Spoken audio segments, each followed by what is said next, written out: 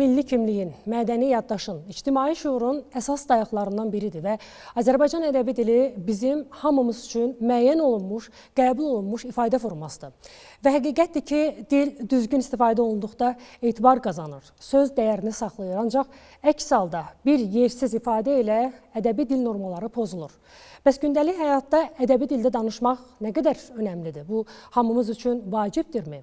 Azərbaycan dilinin saflığının qorunmasında təhlükə yaradan amillər nələrdir?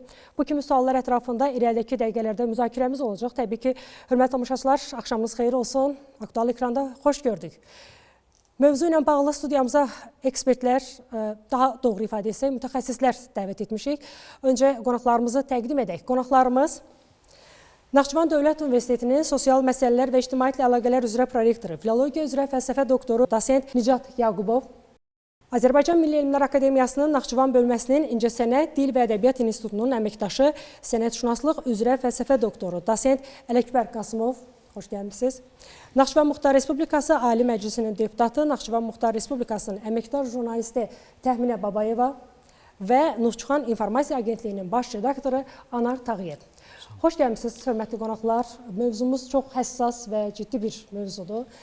Qeyd edək ki, dövlətin əsas atributlarından biridir, həm də dil və elə dilin ilk müdafiəçisi də məhz dövlətdir. Bilirik ki, Azərbaycan dövləti Azərbaycan dilinin saflığının qorunmasında xüsusilə həssasdır və çox sərrast bir dil siyasəti həyata keçirilir. Həmçinin ölkə prezidenti cənab İlham Əliyev də xüsusilə bu məsələdə daimi nəzarətdədir, diqqətdədir. Biz çıxışlarında bunu dəfələrlə eşidirik, elə yeridir və zamanıdır mütləq qeyd edək. İlin əvvəlində, yanvar ayının 5-də cənab prezidentin yerli telekanallara müsahibəsində məhz dilimizlə bağlı fikirlərini dinlədik. Həmçinin ötən il Azərbaycan Milli Elmlər Akademiyasının 80 illik yubileyinə dair keçirilən yığıncaqda xüsusilə cənab prezident daha fundamental olaraq vurğuladı və həmin çıxışdan məqamları xüsusilə xatırlayaq, daha sonra müzakirəmizə davam edək. Hər bir millət, hər bir xalq üçün onun ana dili, onun milli mənsubiyyətinin əsas amilidir. Və bu istiqamətdə bütün ictimai fəallar, bütün ictimaiyyət bir nöqtəyə vurmalıdır. Bizim dilimiz qədimdir, yenə də deyirəm, 50 milyondan çox insan üçün bu ana dilidir, çox zəngindir və xarici kəlmələrə ehtiyac da yoxdur. Düzdür, beynəlxalq leksikon var və hər birimiz bu leksikondan istifadə edirik. Amma əgər Azərbaycan dilində əzəli bir kəlmə varsa, başqa dildən kəlmənin gətirib əvəzləmək nə məqsəd daşıyır? Bu ya səhvdir, ya təhribatdır. Hər ikisi də qəbul edilməzdir. Azərbaycan dilinin saflığının qorunması hər bir Azərbaycan vətəndaşının işi olmalıdır. Dövlət, alimlər, dilçilər, yazıçılar, şairlər, jurnalistlər, siyasətlə məşğul olanlar bu məsələyə çox böyük diqqət verməlidirlər. Yenə də deyirəm, 10 il bundan əvvəl mən bu məsələni qaldırmışdım, çünki bu məni narahat edir. 10 il ərzində lazımi tədbirlər görüldü ki, biz dilimizi kənar kəlmələrdən qoruya bilək. Amma yenə də oradan-buradan eşidirəm. Həm televiziyalarda, həm yazılı mediada, həm bəzi insanların çıxışlarında buna heç bir gərək yoxdur. Yəni, biz xalq kimi, millət kimi öz dilimizi qorumasaq, onda yavaş-yavaş bizim milli kimliyimiz də sarsıla bilər.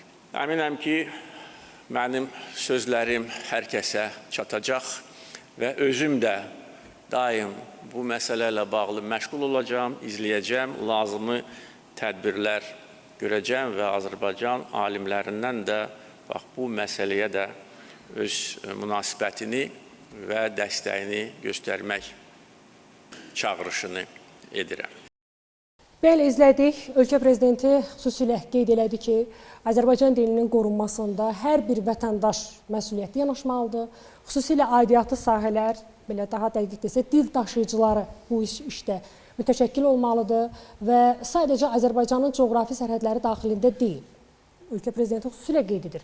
Bugün dünyada 50 milyon Azərbaycanlı yaşayır və hər bir Azərbaycanlı yaşadığı hər bir coğrafi nöqtədə Azərbaycan dilinin qorunmasına xüsusi həssaslıqla yanaşılmalıdır. Çox ciddi çağırışlardır. Ələkbər müəllim, istərdik elə ilk olaraq sizinlə başlayaq. Mövzunun istiqamətləri genişdir, başlıqlar genişdir. Ancaq təbii ki, bir var dilçiliyin problemləri, ona aid olan məsələlər. Bir də var Azərbaycan dilinin gündəlik həyatda tətbiqi, işlənilməsi ilə bağlı məsələlər. Biz bugün məsələ ikinci tərəfdən məsələni müzakirə edəcəyik. İstərdim öncə amma qısa şəkildə sizdən bir Azərbaycan ədəbi dili dedikdə tam olaraq nə ifadə olunur, normalar nələrdir? Qısa olaraq sizdən bunu eşidək, daha sonra suallarımızdan davam edək. Bəli, əlbəttə ki, aktual ekran verilişində belə bir aktual mövzuya toxunmaq özü də bir həyatın tələbidir, qanuna uyğunluqdur.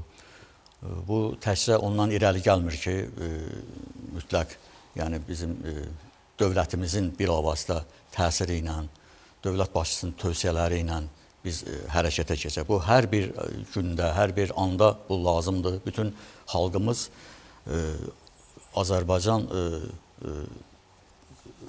dilinin qorunmasına, onun saflığına diqqət etməlidir.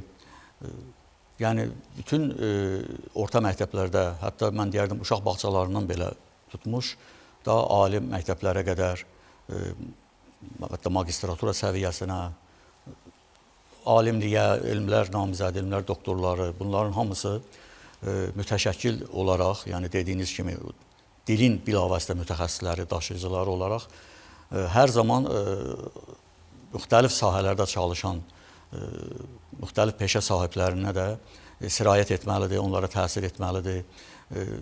Dəvət olunduqları hər hansı bir yığıncaqlarda, təşkilatların hər hansı bir toplantılarında öz danışıqları ilə nümunə olmalıdırlar.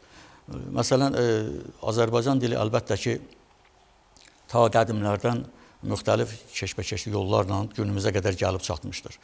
Yəni, Dədə Qorqudun kitabından üzübəri biz dilimizi müxtəlif təsirlərdən qoruya-qoruya bugün Azərbaycan ədəbi dili səviyyəsinə gətirib çıxara bilmiş. Amma Azərbaycan ədəbi dili ilə yanaşı Azərbaycan danışıq dili də var və danışıq dilində əlbəttə ki, mən özüm uzun illərdir Dövlət Universitetimizdə aktyorluq ixtisası açılandan səhnə danışığı fənnini tədris edirəm. Və səhnə danışığı fənninin özü ədəbi dillə məişət dilinin elə bir qarışığıdır. Yəni, bu sintezdən əmələ gələn bir danışıq artıq səhnə danışığına çevrilir. Burada xüsusən orfoepik qaydalara riayət olunur və buna diqqət yetirilir. Və bu mənada əlbəttə ki, bir yığıncaqda, bir çıxışda orfoqrafik tərzdə danışan bir mühazirəçi, məruzəçi əlbəttə auditoriyanı ələ ala bilməz. Məsələn, bir məqamı qeyd edim ki, tutaq ki, mühazirəçi, məruzəçi çıxışında tribunadan belə bir ifadə işlədir ki, bunlar aşağıdakılardan ibarətdir. Yəni, bu qətiyyən yol verilməzdir. Yəni, şifahi nitqdə bu sözü işlətməyə heç bir ehtiyac yoxdur. Yəni, bu ancaq məqalələrdə, yazılı surətdə olan hər hansı bir yazıda bu göstərilə bilər ki, aşağıdakılardan nə ibarətdir. Yəni, istər-istəməz aşağıdakılar deyəndə bunu dinləyici bilmir, yəni, biraz onu çaşdırır. Və eyni zamanda, tutaq ki, bizdə belə bir termin yaranıbdır. Hər adam başına düşən, məsələn, gəlirdən danışırıq, adam başına düşən gəlir. Məqalələr sayından danışırıq, adam başına düşən məqalə. Yəni, bunun özü də yanlış ifadələrdir. Bunlara diqqət yetirmək lazımdır ki, bizdə 90-cı ilin təxminən ortalarından belə bir terminlər ortaya çıxdı. Amma buna qədər biz hər zaman bilirdik ki, kitablarda, qəzetlərdə, jurnal məqalələrdə, hər bir yerdə hər nəfərə düşən ifadəsi var. Yəni, ona görə də belə incə məqamlara diqqət yetirmək lazımdır ki, şifahi nitqin özünün incəlikləri də nəzərə çarpsın, orfoepik danışıq onda vərdişə çevrilsin.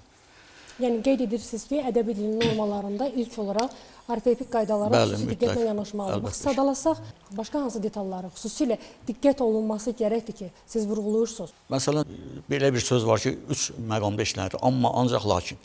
Yəni, bu adi 2 nəfərin danışığında mən dünən sən məni gözlədin, mən gələ bilmədim, lakin belə bir iş çıxdı. Yəni, o lakin biraz elə bir ki, deyir, o qarşıdakı onu belə başa düşür ki, bu qəzet cümləsi ilə, kitab cümləsi ilə bundan danışır.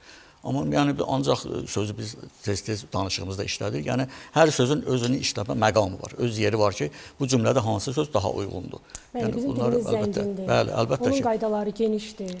Bir dilin, bir sözün nə qədər mənaları mənaları var, çararları var. Yəni bu çararları o musiqinin notları kimi öz yerində işlətmək daha uyğun olar, daha yerinə düşər. Nicat müəllim, üzr istəyirəm. Ələbər müəllim qeyd elədi, ədəbi dil normaları ilə bağlı, xüsusilə arxeologik qaydalara diqqət çəkdi. Bax, siz dilçi olaraq daha çox başqa hansı məqamlara xüsusi diqqətin yetirilməsinə bir ehtiyac görərdiniz? Bir də Ələbər müəllim, bu suala sizə xüsusilə ünvanlayacağam. Nicat müəllimdən qısa cavab eşidək. Sizcə gündəlik həyatda hər kəs ədəbi dildə danışmalıdırmı? İlk növbədə hamını salamlayıram. Ədəbi dil normalarının məndən əvvəlki həmsöhbətimdə qeyd elədi, formalaşması üçün uzun bir tarixi zaman keçir. Yəni dilin özü müəyyən bir çərçivəyə düşməsi, qaydaya düşməsi, ədəbi dil normalarının formalaşmasına qədər bizim daşıdığımız şifahi ünsiyyət forması var. Yəni biz şifahi xalq ədəbiyyatında görürük, şifahi ünsiyyət formasında görürük. Artıq müəyyən dövrə 20-ci əsrin əvvəllərindən Azərbaycanda ədəbi dilin artıq qəlbləşməsi başlayır. Yəni bu müəyyən qanun və qaydalar çərçivəsində formalaşmağa başlayır. Yəni bugün heç bir dünya ölkələrində hamı ədəbi dildə danışmır. Yəni bu yalnız bizə məxsus bir məsələ deyil. Düzdür, təbii ki, ədəbi dilin qorunması, onun ədəbi dildə çərçivəsində ünsiyyət qurulması bu vacib məsələdir. Həm dilin qorunması, həm də anlaşıqlı olması baxımından. Çünki bilirsiniz ki, Azərbaycanda müxtəlif bölgələrdə, regionlarda olan, özlərinə məxsus xüsusiyyət olan dialekt və şivələrdən də geniş şəkildə istifadə olunur. Ədəbi dil normalarının mövcudluğu Azərbaycanlıların hamısının demək olar ki, bu dialekt və şivələrdən uzaqlaşıb, vahid bir dildə, ədəbi dildə danışmasına köməkli. Bu çox vacib məsələdir. Dil məsələsi yalnız ədəbi dil, yəni bugün müasir dövrümüzdə deyil, həm də buna bir kompleks şəkildə yanaşmaq lazımdır. Burada yalnız dövlətin və ya müəyyən ziyalıların, dilçilərin qoyduğu qanun, qaydalar, nizam əsasında bu dili yaşatmaq mümkün deyil. Bunu bütün cəmiyyət bu işə qoşulmalıdır. Yəni, cəmiyyətin bu işə qoşulması üçün təbii ki, burada ilk növbədə şifahi danışığın düzgün qurulmasından keçir. Şifahi danışığın düzgün qurulması üçün bizim həm məndən də əvvəldə qeyd elədilər, həm orta məktəb təhsil prosesində, həm ali məktəb təhsil prosesində, həm də cəmiyyətin dilinin formalaşmasında ciddi mənada təsir göstərən, əlxüsusdə siz və media sahəsində bu məsələyə həssas yanaşılmalıdır. Çünki hər bir işlədilən ifadə artıq cəmiyyət tərəfindən ilk növbədə eşidilir, sonra artıq bu geniş şəkildə istifadə olunmağa başlayır. Bu baxımdan, yəni bu sözlərin seçilməsi və ədəbi dildən istifadə olunması Cənab Prezidentinin akademiyanın yubileyində də qeyd elədiyi kimi həm dilçilərin, həm də Azərbaycan ziyalıları və öndə gedən şəxslərin üzərinə düşür. Yəni burada bunu yalnız dilçilərlə məhdudlaşdırmaq mümkün deyil. Çünki burada artıq Azərbaycan ədəbi dilini, Azərbaycan dilindən istifadə edən böyük bir kütlə var. Bu kütləndə təbii ki, müəyyən vasitələrlə ümumi Azərbaycan xalqına təsir etmə imkanları var. Bu baxımdan ədəbi dil normalarının pozulması təbii prosesdir. Yəni buna biz o zaman bizim üçün siqnal verir ki, artıq bu kütləvi hal alıb, artıq bu şifahi danışıq dili ilə ədəbi danışıq dilimiz arasında ümumiyyətlə cəmiyyətin istifadə elədiyi dil ifadələr artıq bizim ədəbi dilimizin ciddi mənada pozulmasına gətirib çıxardır.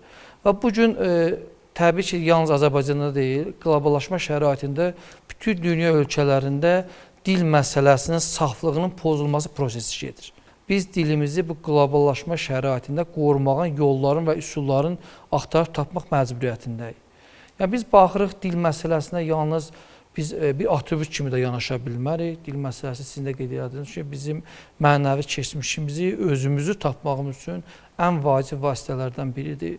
Biz baxırıq ki, müxtəlif dövrlərdə bir sıra xalqları işğal edib əsarətinə salan böyük dövlətlər ilk növbədə onun dili və mənəviyyatı, adət-ənənəsinə hücum edir. Yəni, bugün hər hansısa bir xalqı məhv eləmək üçün onu fiziki olaraq və ya coğrafi olaraq işğal eləmək kifayət eləmir. Birinci növbədə onun dilini əlinə almağa çalışırlar. Yəni, dil o qədər bizim üçün, yəni bugün günümüz üçün və tarixən də əhəmiyyətli olub. Bizim də müxtəlif dövrlərdə bir sıra ölkələrin təsir altında düşdüyümüz zamanlara da baxanda hamısında o imperiya qurmuş dövlətlər Azərbaycan dilinə hücum edib. Və bizim xalqın, millətin böyüklüyü ondan ibarətdir ki, uzun illər əsarət altında yaşamamıza baxmayaraq biz dilimizi qorumağı bacarmışıq və bu gün müasir dövrümüzdə Azərbaycan dilinin dünya dilləri içərisində həm elmi, həm tətbiqi, yəni cəhəti, həm də özünün ifadə vasitəsi baxımından biz artıq yəni Azərbaycan dilini tam olaraq qəlib formasında formalaşdırıb müasir dövrümüzə çatdıra bilmişik. Düzət müəllim, üzr istəməli, sizin sözünüzə qüvvət olaraq da onu da qeyd etməliyik ki, dünya dilləri içərisində Azərbaycan dili öz zənginliyi ilə seçilən dillər sırasındadır. Sizin bir fikriniz xüsusilə diqqətimi çəkdi. İstərdim Təhnə xanım, elə məhz bu fikirdən biz münasibətimizi bildirək. Qeyd elədiniz ki, ədəbi dil normalarının pozulması təbii prosesdir. Həm də vurğuladınız ki, burada fərdi məsuliyyət, ictimai, dövlət nəzarəti, vəhdət şəklində bu proses davam etməlidir, ancaq həm də təbii prosesdir. Maraqlıdır Təhnə xanım, ictimai mühitdə ədəbi dil normalarının pozulması nə mane olur? Burada laqeydlik mi var, biganəlik mi var, nəzarət sisteminin düzgün işləməməsi mi var? Hansı yanaşma doğrudur? Çox sağ olun Kifayət xanım, təşəkkür edirəm. Nicat müəllim bəli, düzgün qeyd elədi. Bilirik ki, Azərbaycanda dövlət dil siyasəti uğurla aparılır və bu siyasətin əsası ümumilli lider Heydər Əliyev tərəfindən qoyulub və bu gün də uğurla davam etdirilir. Amma biz bugün bu məsuliyyəti hər birimiz dərk eləməliyik. Dilimizə biganə yanaşmamalıyıq və onun qorunması üçün hər birimiz, belə deyək ki, həm dövlət, həm də hər bir fərd ortaq məsuliyyət daşımalıdır. Və bu ortaq məsuliyyətdən əlavə hər birimiz mənəvi məsuliyyət daşımalıyıq. Burada qeyd etdiyiniz amillərin hər üçü rol oynaya bilər. Həm biganəlik, həm necə deyək, bilgisizlik və buradan yola çıxaraq qeyd edə bilərik ki, bugün biz, yəni jurnalistlər və yaxud da ədəbiyyatçılar olsun, müəllimlər, biz hər birimiz dilimizin qoruyucusu olmalıyıq. Məhz o mənada ki, Nicat müəllim düzgün qeyd elədi, bir millətin varlığının əsasını təşkil edir onun dili və hər birimiz bu mənada məsuliyyətimizi dərk edib öz Azərbaycan dilimizdə danışmağımızla fəxr eləməliyik və bunu ibtidaidən, hətta deyərəm, hər bir ailədən, məktəbdən, bağçadan belə evlərdə ana dilimizin qorunması, ana dilimizdə danışmağın yollarını və necə deyim, bu dildə başqa dillərdən, çeşmə sözlərdən istifadə olunmadan onun saflığı uğrunda mübarizə məhz ailələrdə, evlərdə başlanmalıdır ki, bu biganəlik sonradan, belə deyək ki, hardasa gətirib bir vərdişə çıxartmasın. Ancaq etiraf edək ki, bugün dilimizdə kifayət qədər türk dilində olan sözlər, rus dilində olan sözlər, ingilis dilində olan sözlər istifadə olunur. Hətta burada sosial, belə deyək, problemlər də var. Belə kiçik bir yanaşma göstərsə, bəzi valideynlər qeyd edir ki, mənim övladımın əcnəbi dildə təhsil almasını, danışmasını, düzdür, mənim qeyd edəcəyim söz hardasa burada yenə yad bir sözdür, prestij, yəni nüfus kimi onu görür. Bu da bir özü problemdir. Anar müəllim, həm də dillə bağlı, ədəbi dil normalarının pozulması ilə bağlı, belə deyək, başlığa daxil olan ilk səbəblərdən biri də sosial şəbəkələr göstərilir, müasir media göstərilir. İndi irəlidəki dəqiqələrdə biz xüsusilə dilimizi təhdid edən Ələkbər müəllimə, sosialı sizə ünvanlayacağım. Amillərlə bağlı Ələkbər müəllimdən cavab eşidəcəyik, ancaq mənə maraqlıdır. Bax, siz bu işin içindəsiz, sosial şəbəkələrdəsiz, doğrudanmı? Bizdə əsas problem məsələ buradan qaynaqlanır, yoxsa elə peşəkar medianın, belə deyək, ictimai mühitin özündə dillə bağlı ciddi problemlər var?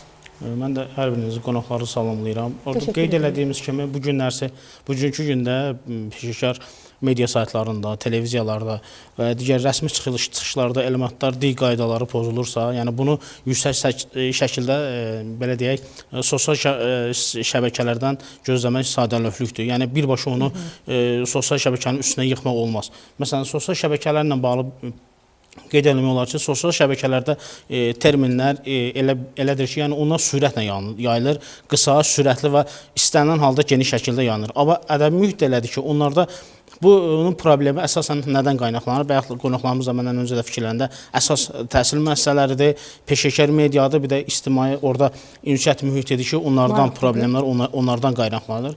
Bugünkü gündə həmçinin ədəbi dil normalarının qaydalarının pozulmasını daha çox məsələn istər ölkə paytaxtında, yəni bütün Azərbaycan şəhərlərində olan ictimai yaşayış obyektlərində də geniş şəkildə görə bilərik ki, ədəbin dil qaydaları çoxlu şəkildə pozulur. İstər yazılan reklam xarakterli lövhələr, sosial şəbəkələrin əlbəttə yüklənmək mümkün deyil. Yəni sosial şəbəkələrdə ki, burada istənilən hal orada nə yazısı var, nə redaktoru var, nə də ki onu yeni redaktör edən adam yoxdur. Onu da idarə edən bir jurnalist deyil. Yox, indi peşəkar sosial şəbəkədə elədir ki, hər kəs bugünkü gündə artıq reallıqdır ki, sosial şəbəkədə hər əlinə telefon götürən özün dırnaqarası jurnalist, özünü peşəkar adlanır. Peşəkar dırnaqarası bloger adlandırır. Yəni bunların olması qaçılmazdır. Yenə dediyim kimi, bunlar məsələn efirlərdə, rəsmi çıxışlarda olmasa, məsələn, günahlandırma olar. Yəni bunları geniş şəkildə sosial şəbəkələrdə yayan peşəkarlar deyil, əsas onlardan qaynaqlanır ki, bu da məncə sosial şəbəkənin üzərinə birbaşa qeyd edirsiniz ki, elə cəmiyyətin özündə dilin düzgün tətbiqi ilə bağlı problemlər var. Bəli. Məsələn, sosial şəbəkələrdə öz aramızda məsələn yazışmalar var ki, bəlkə mənim özüm belə məsələn sözlər var ki, onları xoşlarım. Məsələn, qısa kiməsə nəsə yazsın, qısa ox yazır, hım yazır. Və budur bizdə sosial şəbəkələrdən normalar, qaydaların pozulur. Məsələn, cənab prezidentin qeyd elədiyi kimi yerli televiziya kanallarına müsahibəsində orada məsələn dünənə qədər süni intellekt dediyimiz artıq o termin cənab prezident tərəfindən artıq gördünüz ki, yeni bir Azərbaycan terminindən süni zəka. Yəni artıq o termin özümüzünkü kimi hesab edilir. Bəli, həm də o məqama diqqət çəkir ki, təbii ki, texnologiya davamlı inkişaf edir, qloballaşma dövrüdür. Proqram təminatlarının, elə süni intellekt, süni zəka ilə bağlı təminatlarda da Azərbaycan dilini tam dəstəkləməsinin də üzərində işlənilməsi gərəkdir ki, məsələn, qeyd edilməli sosial şəbəkələrdə bayaq Nicat müəllim qeyd etdiyi ləhcə elementləri, bunlar da sosial şəbəkələrdə ədəbi dil qaydalarının pozulmasına gətirib çıxarır. O da yəni buna mütləq nəzarət eləmək lazımdır ki, yəni bunun qarşısı zaman-zaman, yəni bu birbaşa danışan insan sosial şəbəkədə də düzgün danışır. Bəli. O nöqtəni vururuq. Ələkbər müəllim, istərdim bu detalları daha ətraflı sizdən öyrənək. Bir tərəf sosial şəbəkələr qəbul elədik. Bəs başqa hansı amillərdə dilə təhdid yaradır? Dilə təhdid yaradan amillərdən biri də bizim hal-hazırda tutaq ki, şəhərimizin timsalında götürsək, reklamlardır. Tutaq ki, son 3 ildə sanki bütün bu mağaza, restoran, digər şirkətlərin elə bir nümayəndələri sanki yarışa giriblər və biz hara baxırıqsa əcnəbi dillərdə sözlərə rast gəlirik. Xatırladım ki, 2001-ci ildə Ulu Öndərimizin imzaladığı dövlət dilinin tətbiqi haqqında qanunda belə bir məqam var idi ki, bütün xarici dildə olan lövhələr Azərbaycan dilində olan lövhədən sonra vurulmaq şərti ilə və o lövhənin həcmindən böyük olmamaq şərti ilə, yəni orada görünməlidir. Amma biz bugün heç Azərbaycan dilində lövhələrə rast gəlmirik. Yəni bunun özü artıq əlbəttə ki, yəni bugün kafe sözünün yerinə biz öz dilimizdə əgər onu oxuyuruqsa, biz onu cafe oxuyuruq. Mən dəfələrlə özüm də yaxınlaşıb müraciət edib demişəm ki, yəni burada bir C-nin yerinə bir K hərfi bizim hərfimiz olsa, yəni orada istənilən gələn əcnəbi biləcək ki, bura kafedir. Üzr istəyirəm, gəlin əcnəbi inan onsuz da öz dilini bilir. Aydındır. Yəni orada onu yəni bu dilə məxsus sözləri öyrənmək. Ona baxıb digəri restoran əvəzinə restorant yazır, tutaq ki. Cürbəcür yəni belə bir ki mənim yazdığım, yəni mənim lövhəm heç kimin görmədiyi, eşitmədiyi bir lövhə olsun. Sanki buna bir canfəşanlıq var, belə bir meyil var buna. Yəni bu dilə təhdid məsələsində bu reklamları dedi. Eyni zamanda digər yazılı lövhələr də var ki, öz dilimizdə olsa da burada da səhvlərə yol verilir. Məsələn, gediş haqqı sözündə bir də görürük ki, bir K, bir G yazılıbdır. Yəni belə cüzi şeylər olur. Bir dəfə mən yaxınlaşdım bir mağazada, yəni qulaqlıqlar satılırdı. Yazıb naushnik. Deyirəm, bunu yine rus dilində yazmısan. Deyir, bunu çünki 5 yaşında uşaq da bilir ki, bu naushnik nə deməkdir. Deyirəm, axı sən ona yaz qulaqlıq, bu da bilsin ki, qulaqlıq nə deməkdir. 5 yaşından başa düşsün ki, bu qulaqlıqdır. Sonra bir mağazada görüm ki, onu qulaqçıq yazıblar. Yenə yaxınlaşdım ki, bu qulaqçıq anatomik bir termindir. Aparatın, bu cihazın adı qulaqlıqdır. Yəni bunları yəni mən tək mənlə bir iş hasil olmur. Bunu əlbəttə ki, hər bir vətəndaş, hər bir xüsusilə ziyalı, dilçi onun yanına biganə ötüb keçməməlidir o yazını. Dediyi kimi ədəbi dilin qorunmasına, ümumiyyətlə dilimizin qorunmasına hər bir kəs evdən başlamalıdır. Ələkbər müəllim, ailədən.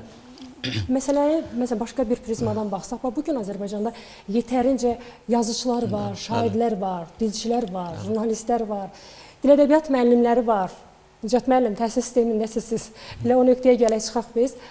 Yəni iş daha geniş başqa bir yanaşma sanki tələb edir. Yəni biz o kütləvi informasiya vasitələrindən də danışdıq. Xüsusən mən bu son vaxtlar dublajda gedən səhvlərdən də demək istəyirəm. O təhdid deyirsiniz, o başqa dillərdən tutaq ki, filmlər dublaj olunur. Görürük ki, oradakı o terminlər saxlanılıb nəsə. Yəni o dublaj rejissorları bir məsuliyyət daşımırlar. Xüsusən mahnılar ifa olanda səs rejissorları məsuliyyət daşımırlar ki, mahnılarda uyğun olmayan terminlər bir də görürsən, əlavə olunur, işlənilir ya başqa bir xarici dildən olan bir söz orada əlavə olunub, işlənir. Məsələn, ona deyim ki, tutaq ki, Türkiyənin bir serialı tərcümə olunur. Türkiyədə bilirik ki, bizdə malı-məli şəkilçiləri var. Amma bu nədənsə bugün unudulmaqdadır və mən deyim ki, açıq deyirəm ki, unutdurulmaqdadır bəlkə də. Yəni bunlar hamısı elə gələcək zaman şəkilçilərimizdən əvəz olunur. Axı bizdə qrammatika tamam başqa cürdür. Düzdür, biz hər zaman bunu vurğuluyuruq. Biz bir millət, iki dövlətik. Amma mən də hər zaman qeyd edirəm ki, hər bir dövlətin də özünün dövlət dili var və hər bir millətin də dövlət dilinə hörmətlə, ehtiramla yanaşmaq lazımdır. Amma buna baxmayaraq tutaq ki, Türkiyə serialında səslənir ki, bu iş bugün bitəcək. Bizdə tərcümə olunur ki, bu iş bugün bitəcək. Axı bu iş bugün bitməlidir, ifadə olunmalıdır. Yəni bu artıq Azərbaycan dilinin qrammatikasına uyğun olmayan bir ifadələrdir. Bax, cənab prezident də müsahibəsində xüsusilə vurğulur ki, Azərbaycan dili zəngin dildir və bu zənginlikdən istifadə olunmaması iki sual yaradır. Ya bilgisizlikdir, ya da siz qeyd etdiyiniz kimi təxribatdır. Bəli. Və mən onu vurğulamaq istəyirəm ki, yəni o cənab prezident qeyd elədi ki, əzəli adı varsa, hər hansı bir, yəni bir termin varsa, bunu biz əzəli işlədiriksə, buna yenidən gətirib nəsə, yəni siz dediyiniz kimi əlavə edib başqa bir terminlə əvəz eləmək uyğunsuzluqdur. Elə ya bu səhvdir, hər iki halda düz deyil. Yəni bunu misal olaraq mən helikopter sözünü işlətmək istəyirəm. Axı biz bu bilirik ki, Rusiyada yaranıb 53-cü ildən üzü bəri və biz neçə illərdir bütün elə o Sovet dövründən üzü bu yana hamı buna vertolyot deyir. Yəni bunu gətirib təzədən, əgər biz bunun Azərbaycanca qarşılığını tapa bilmiriksə, bu kimə lazımdır ki, bu helikopter, bu çətin tələffüz olunan bir sözü artıq gətirib rəsmi surətdə, qəzetlərdə, kütləvi informasiya vasitələrində, hər yerdə bunu işlədək. O bir zaman arada bir şəhərimizdə aptek sözü ləğv olundu ki, bunu mütləq əczaxana olmalıdır. Mən də o zaman qeyd edeyim ki, Nazirlər Kabinetində humanitar şöbədə müdür müavini idim və buna ciddi ehtiraz elədim və təxminən bir səhifəlik bir məqalə yazıb şərh qapısını dərc elətdirdim və orada mən qeyd elədim ki, bu aptek Yunan sözüdür. Əgər biz bundan imtina ediriksə, bugün biz universitetə nə deyək, filarmoniya, teatra nə deyək, nə adlandıraq? Əczaxana deyirik ki, yox, aptek bizim söz deyil, bəs əczaxana, əcza ərəbcə, xana farsça. Təbii ki, alınma sözlər də dilə daxil olmalıdır. Yəni aptek artıq mən orada qeyd edirəm ki, bu tibbi verməkdir, tibbi bir market, müasir dildə desə, tibbi marketdir. Yəni oradakı hər bir şeyi əczaçı hazırlamır, əczaçı orada işləyir, əczaçı ixtisasdır. Tibb Universitetinin əczaçılıq fakültəsi, bu başqa bir termindir. Amma gətirib ora ərzaxana sözünü yazmaq heç bir uyğunsuzluqdur. Yəni bunu öz mənasını itirir. Və mən qeyd edim ki, digər danışıq terminlərində, xüsusən kütləvi informasiya vasitələrində son vaxtlarda məsələn bəzi sözlərin, hərflərin yerini dəyişmək elə bir adət alıb. Məsələn, layihə sözü layihə deyilir. Hətta mən təəccüb edirəm, bizim mərkəzi telekanallarda elə müxbirlər bu sözü işlədir və heç bir bunun bir nəticəsi, bir sabahsı görürsən yenə bu söz işləndi. Məşhur sözü şurla qutarır. Yəni məhşur yox, məşhurdur bunun yazılışı. Yəni bunun heç kim, yəni o Təmin xanım da qeyd elədi, biganəlik, laqeydlik. Mən deyərdim ki, hətta səhlənkarlıq ucbatından bu terminlə, bu danışıq tərzləri get-gedə yayılmaqdadır. Yəni bir virus kimi gedir. Hamı da bunu götürür. Təhdid edən amillər də çoxdur, səbəblər də çoxdur. Media yönəlir, ictimai şəxslərə yönəlir, ancaq bir tərəfdə də Nicat müəllim təhsilə yönəlirik. Baxın, siz bizim qonaqlarımızın içərisində gənclərlə daha çox ünsiyyətdə olan bir qurumdasınız. Hansı ki, bizim gənclərin orta məktəbdən gələn səviyyəsini, nitq səviyyəsini də bilirsiniz. 1-ci, 2-ci kursda, 3-cü, 4-cü kursda isə artıq yetkin nitqidə. Orada siz görürsünüz. Ümumiyyətlə, belə bir fikir vardır ki, nitq mənimsənilir. Deyək, orta məktəbdə ancaq tam formalaşır ali təhsil müəssisəsində.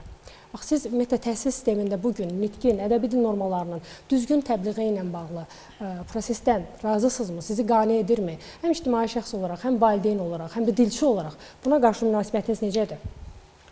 Bu ədəbi dil məsələsinin universitetdə tam olaraq təkmilləşməsi biraz sualdır. Yəni bunu tam olaraq o formada deyə bilmərik. Çünki bu gün də Azərbaycanda yaşayıb, orta məktəb məzun olanların 25-30, maksimum 40% ali təhsil pilləsinə qalxıb. Bu demək deyil ki, biz qalan 60% ədəbi dildə danışmamalıdır.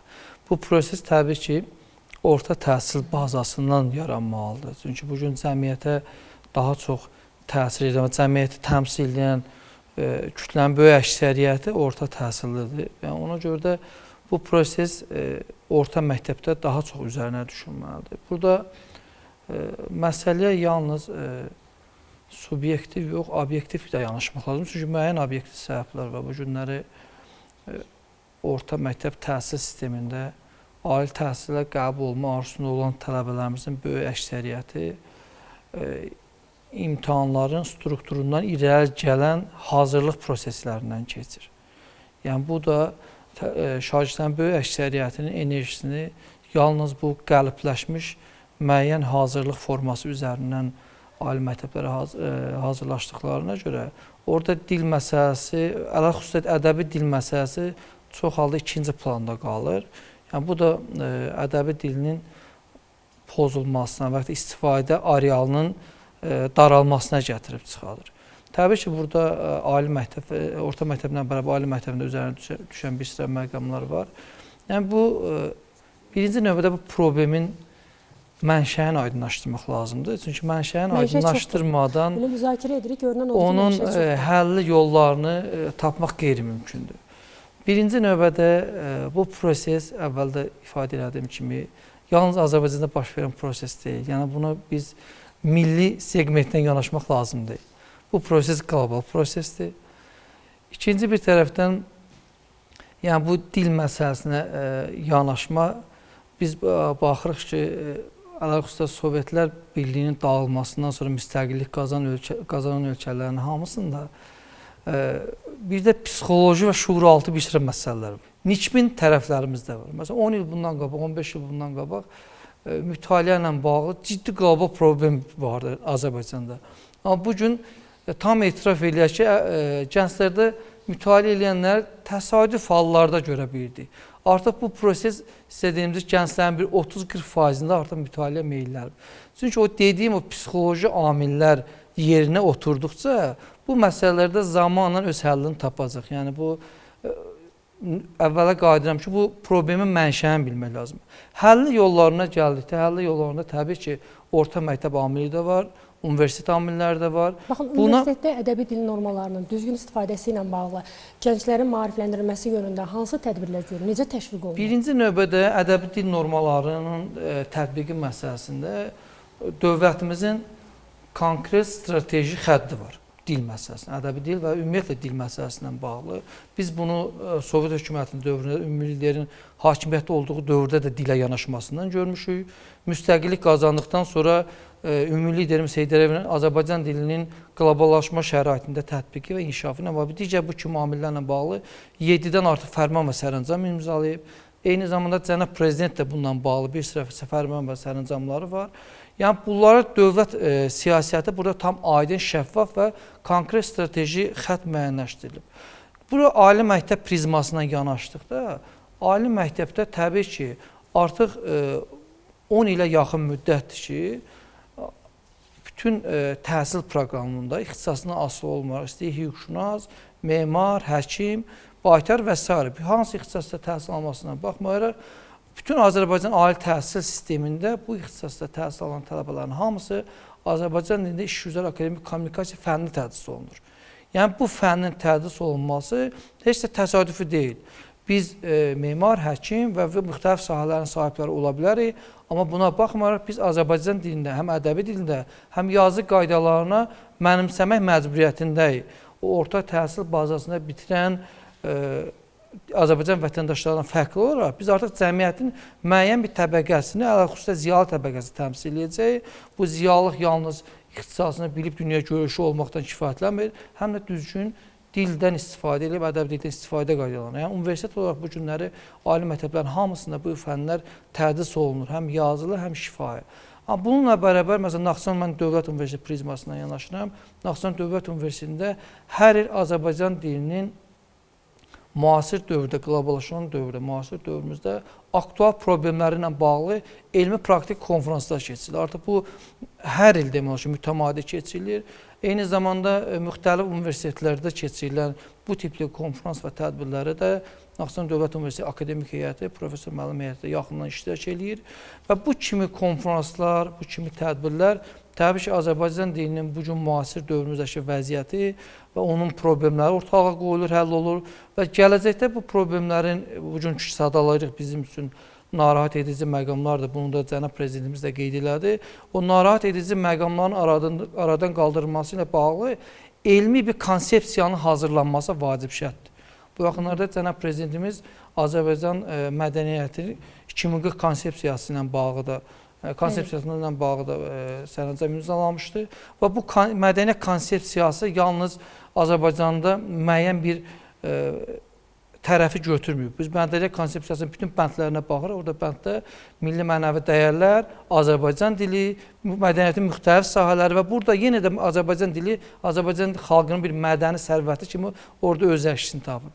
Yəni, ali təhsil müəssisələrində bu işə daha çox praktik deyil, tələbələrin ədəbi dildə danışması ilə bağlı tədris yönümlü proses gedir. Amma bununla bərabər həm də bu problemlərin aradan qaldırılması ilə bağlı bir sıra elmi konferanslar və akademik həlli yollarda araşdırılıb günümüzün tələblərinə uyğunlaşdırılmaqdadır.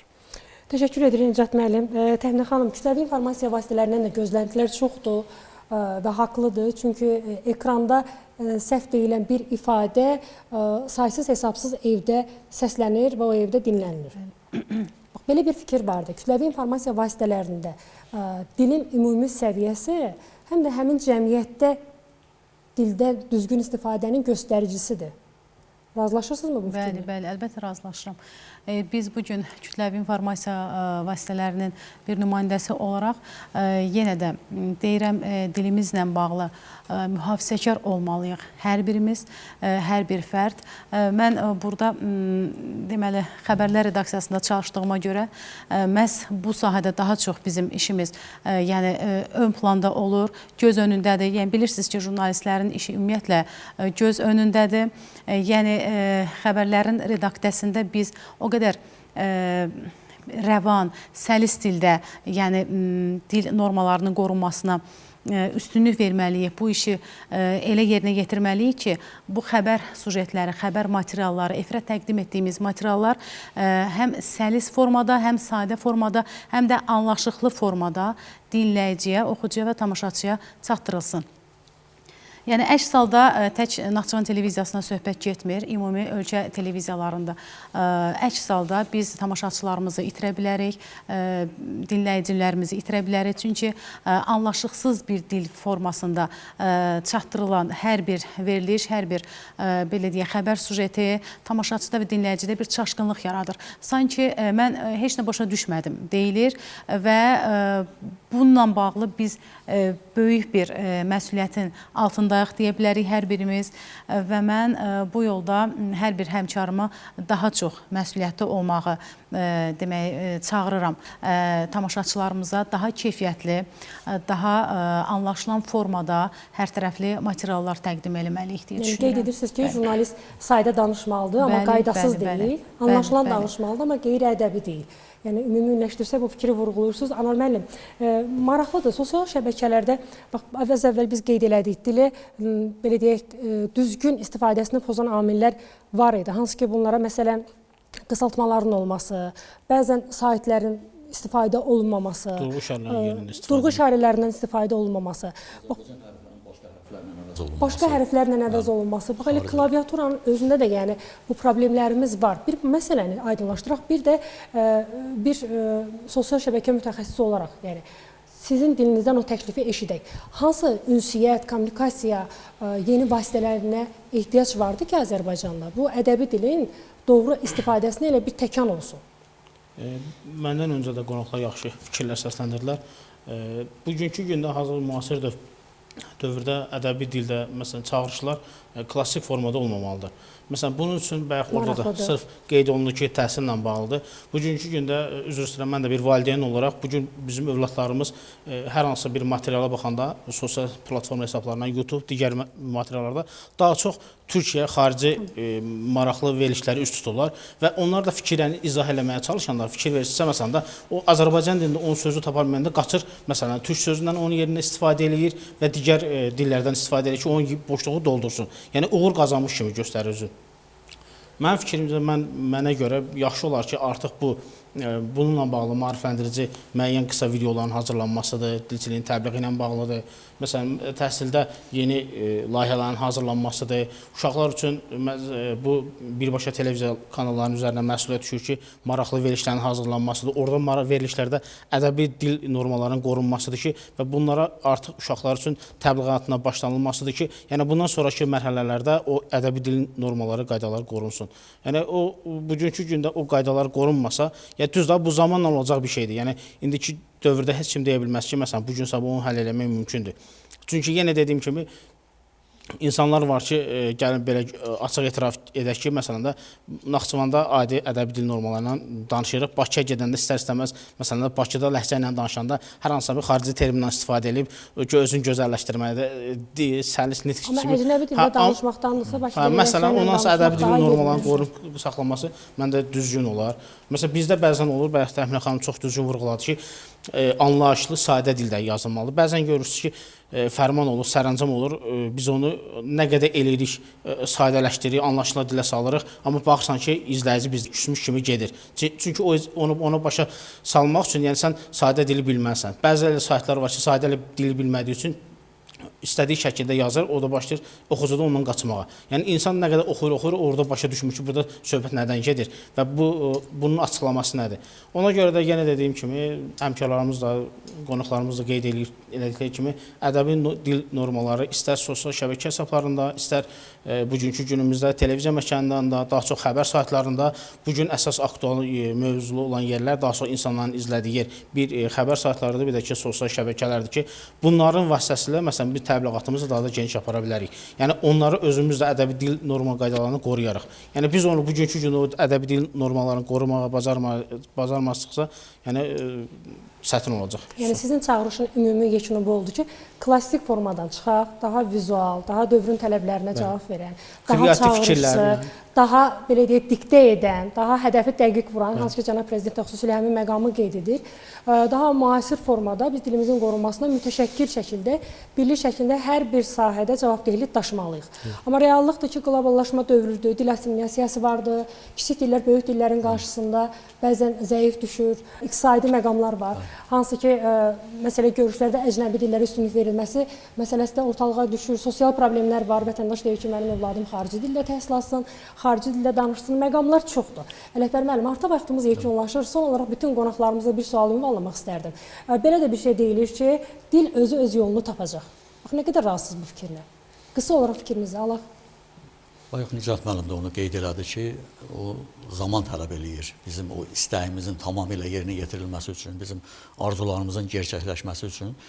Bu, son vaxtlar baş verən bu, həm də ictimai-iqtisadi bu formasiyanın dəyişikliyi, bizim digər bir quruluşdan başqa bir quruluşa keçidimiz və eyni zamanda bu qapıların açılması, bizim dünya arenasına çıxmağımız, bunlar hamısı əlbəttə ki, bayaq da qeyd elədi ki, təsir edici, həm də təhdid edici qüvvələr olmaqla yanaşı. Biz də buna qarşı əlbəttə öz gücümüzlə, birliyimizlə, vahid bir hədəfə vurmağımızla bunların hamısının öhdəsindən gələ bilərik. Yəni zaman tələb edir. Zaman həm də birlik tələb edir ki, həmrəylik tələb edir ki, bizim dilimizin qorunmasına biz həmrəyliyimizlə, vətəndaş mövqeyimizlə yanaşaq və onu qoruyaq, saflığın keşiyində dura bilək. Təminə xanım, buyurun. Siz necə düşünürsünüz? Bəli, düşünürəm ki, hər bir fərd, yəni dediyim kimi, öz mənəvi məsuliyyətini dərk eləməlidir. Bu işdə dövlətə yardım eləməlidir, belə deyək. Çünki bu həm dövlətin, həm də vətəndaşlarımızın ortaq bir məsuliyyətidir və bu məsuliyyəti hər birimiz dərindən dərk eləməliyik. Dilimizin qorunması üçün mühafizəkar olmalıyıq. Yəni, hər birimizin məsuliyyətidir. Bəli, bu hər birimizin üzərinə düşən böyük məsuliyyətdir. Nicat müəllim, buyurun, sizdən eşidək. Bu dil öz yolunu tapacaq mı? Təbii ki, həm dilçilər, həm də dövlət baxımından bunu nəzərə qoymaq olmaz. Təbii ki, nəzarət olmalı. Amma bunun mənim subyektiv yanaşmamdır. Həlli yolu təbii yolların axtarıb tapılmazdır. İnzibatçılıqla bu prosesi həll etmək qeyri-mümkündür. Mütləq və mütləq bunun təbii həlli yolunu tapmaq lazımdır. Anar müəllim, buyurun. Fikrimcə, mənə görə dil nə qədər müasir platformalarda çevik, estetik görünərsə, dil daha da zəngin olacaq və bunun qorunması üçün inanıram ki, bizdən sonraki gənclər də hər kəsin borcudur ki, dilimizi qorumağı bacarmalıyıq. Təşəkkür edirəm, hörmətli qonaqlar. Çox sağ olun, çox ağır, həm də məsuliyyətli bir mövzuda müzakirəmizə qoşuldunuz, vaxt ayırdınız, bizimlə oldunuz. Bəli, hörmətli tamaşaçılar, bugünkü buraxılışımızda biz Azərbaycan dilinin qorunmasına dair bir çox mövzularda fikirlər bölüşüldü, maraqlı məqamlar qeyd olundu. Ancaq istənilən halda bir həqiqət vardı ki, ümumilli lider Heydər Əliyev onu xüsusilə vurğulamışdı. Bəli, dil milli mənsubiyyətimizdir. Dilimizin qorunmasında hamımız bircə məsuliyyət daşıyaq, vəhdət olaraq deyirik. Növbəti buraxılışımızda başqa bir mövzu ilə görüşənədək sağ olun, sağlıqla qalın.